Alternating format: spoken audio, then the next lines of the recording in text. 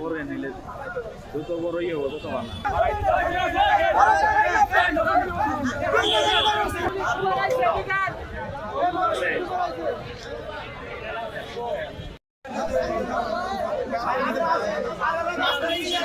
রাস্তা ক্লিয়ার করে দাও, ক্লিয়ার করে দাও।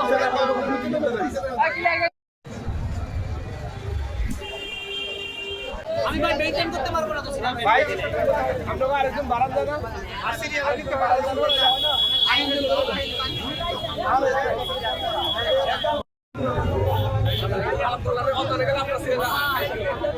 তেল পেয়েছি, ওনারা ভয়ে আসলে খোলে নাই, কারণ আপনাদের লোক সংখ্যা অনেক বেশি, হয়তো সবাইকে দিতে পারবে না, এই জন্য ওনারা ইয়ে করছে। তা আমরা সিদ্ধান্ত নিয়েছি যতটুকু তেল আছে একেবারে শেষ বিন্দু পর্যন্ত আপনাদেরকে দেওয়া হবে ইনশাআল্লাহ। তো আপনারা এখন সুশৃঙ্খলভাবে লাইনে দাঁড়ান, আমাদেরকে কোঅপারেট করেন, যতটুকু তেল ওনাদের আছে আমরা ইনশাআল্লাহ শেষ করব। সবাই সুন্দর লাইনে দাঁড়ান, সুন্দর লাইনে দাঁড়ান, আমাদের হেল্প করেন, লাইনটা সুশৃঙ্খল করেন।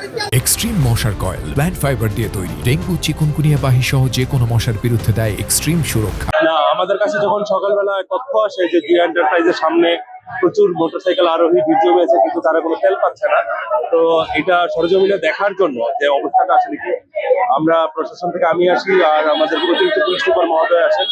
তো আমরা ভিতরে গিয়ে তাদের স্টক রেজিস্টারটা চেক করি এবং তাদের আসলে স্টক রেজিস্টারে তাদের দেখা যাচ্ছে যে এখানে কোনো তেল নাই, শূন্য, পেট্রোলের কোনো তেল নাই।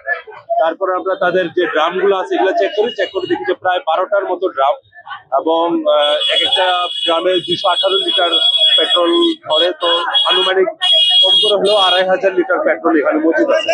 এত লিটার পেট্রোল মজুদ থাকার পরও তারা দোকান বন্ধ করে আছে এবং এটা যাত্রীদের জন্য, মোটরসাইকেল আরোহীদের জন্য এটা একটা হয়রানি। তো আমরা এখানে আইন শৃঙ্খলা বাহিনী আছে, তাদের সহায়তায় সুশৃঙ্খল ভাবে পেট্রোল বিতরণ শুরু করা হয়েছে এবং যেহেতু তারা যে কাজটা করছে সেটা একটা অপরাধ এবং তারা মজুদ করে দোকান বন্ধ করে রাখছে, এই কারণে তাদেরকে ভোক্তা অধিকার সংরক্ষণ আইন 2009 সালের যে আইনটা আছে এই আইনে তাদেরকে 50,000 টাকা জরিমানা করা হয়েছে।